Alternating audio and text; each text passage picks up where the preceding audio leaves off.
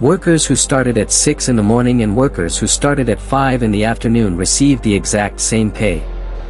The men who worked all day were furious.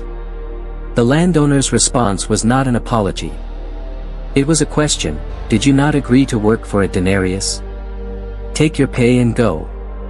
The math was never the issue. The issue was what the math revealed about their hearts. You have been measuring your life against someone else's timeline. They started earlier. They have more years of experience, more progress, more visible accumulation. And you have quietly concluded that whatever you are going to receive will necessarily be less, because you started later. Matthew 20 is not a parable about effort. It is a parable about what the kingdom of heaven does with the very idea of a timeline. Read that again. Part 1. The landowner went out 5 separate times to hire workers. Matthew 20 verses 1 to 7. The kingdom of heaven is like a landowner who went out early in the morning to hire workers for his vineyard. He agreed to pay them a denarius for the day and sent them into his vineyard. About 9 in the morning he saw others standing in the marketplace doing nothing. He told them to go into the vineyard, and he would pay them whatever was right. About noon and again about 3 he went out and did the same thing. About 5 in the afternoon he went out and found still others standing around. He asked them, "Why have you been standing here all day long doing nothing?" "Because no one has hired us," they answered. 5 trips. 6 in the morning, 9, noon, 3, 5 in the afternoon. The landowner did not hire everyone he needed at once and call it done. He kept returning to the marketplace throughout the entire day, looking for people who were still standing there unemployed. But here is what nobody told you. The Greek word for marketplace is agora. The central public square where laborers gathered hoping to be hired for the day. Standing in the agora at 5 in the afternoon was not laziness. It meant nobody had chosen you for 11 hours. The workers hired last were not the ones who showed up late. They were the ones nobody wanted until the very end of the day. Part 2. The agreement structures were not the same for everyone. Matthew 20 verse 2. He agreed to pay them a denarius for the day. The morning workers had a contract.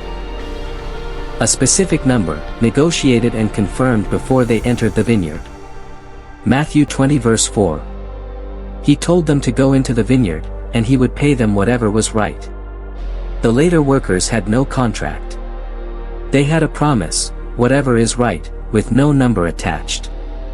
They went into the vineyard with less certainty than the morning workers, trusting the landowner's character rather than a negotiated figure.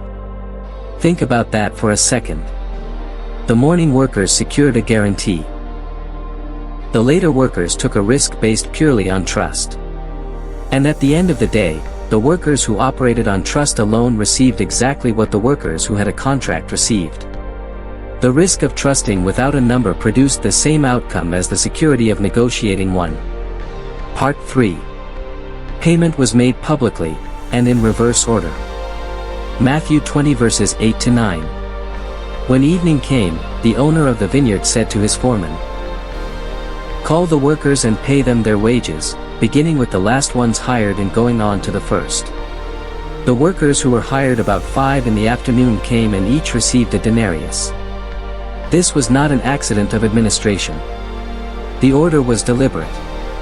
The morning workers, who had been working the longest, who had endured the heat of the day, watched the 5 o'clock workers get paid first. And they watched them receive a full day's wage for 1 hour of labor. The order of payment was structured specifically to ensure that everyone saw exactly what everyone else received. Now stop. Many of you will push back on this. Good. Because this design choice forces the confrontation the parable is actually about. If the payment had been private, the morning workers might never have known what the late workers received. The landowner made sure they knew. The comparison was not incidental to the story. It was the point. Part 4. The morning workers' anger was completely reasonable, and that is exactly what the parable exposes. Matthew 20 verses 10 to 12. When those came who were hired first, they expected to receive more. But each one of them also received a denarius. When they received it, they began to grumble against the landowner.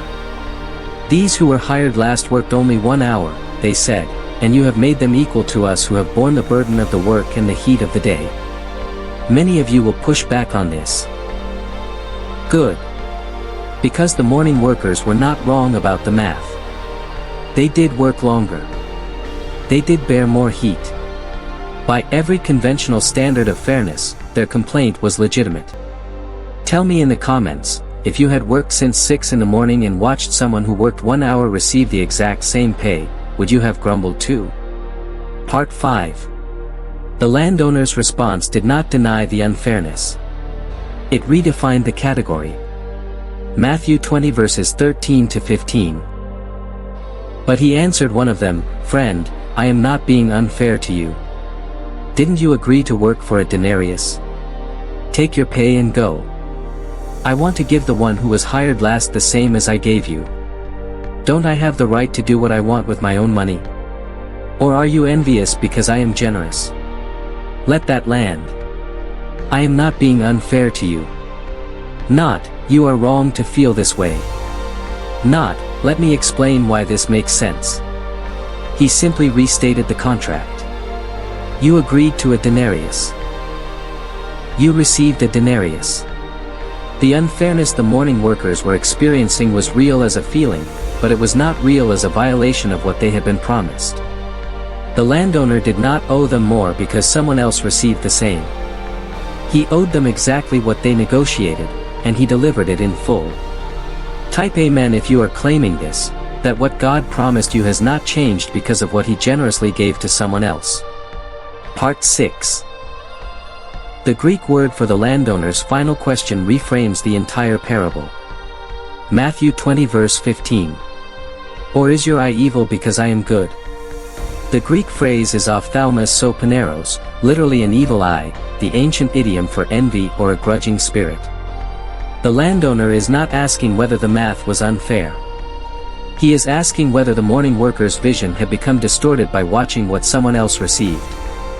The question is not about the denarius. It is about what comparison does to the eyes of the person doing the comparing. Here is what the parable does not say. It does not say the morning workers should have refused their wage. It does not say their labor was meaningless. It does not say effort and time do not matter to God.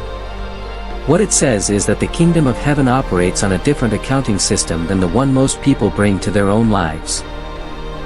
One where the worker hired at the last hour is not a lesser participant, and the worker hired at dawn is not owed more simply because someone else started later. You are not behind. The economy you are operating in does not run on the math you think it does. The denarius was never about how long you worked. It was always about whether you trust the character of the one who hired you. If you want to understand what it looks like when the same evidence produces two completely different reports, one of fear and one of certainty, watch the video on screen now. 12 men saw the same land. 2 of them called it theirs. Drop "I received this" in the comments if you are choosing today to stop measuring your timeline against someone else's and trust the one who called you into the vineyard.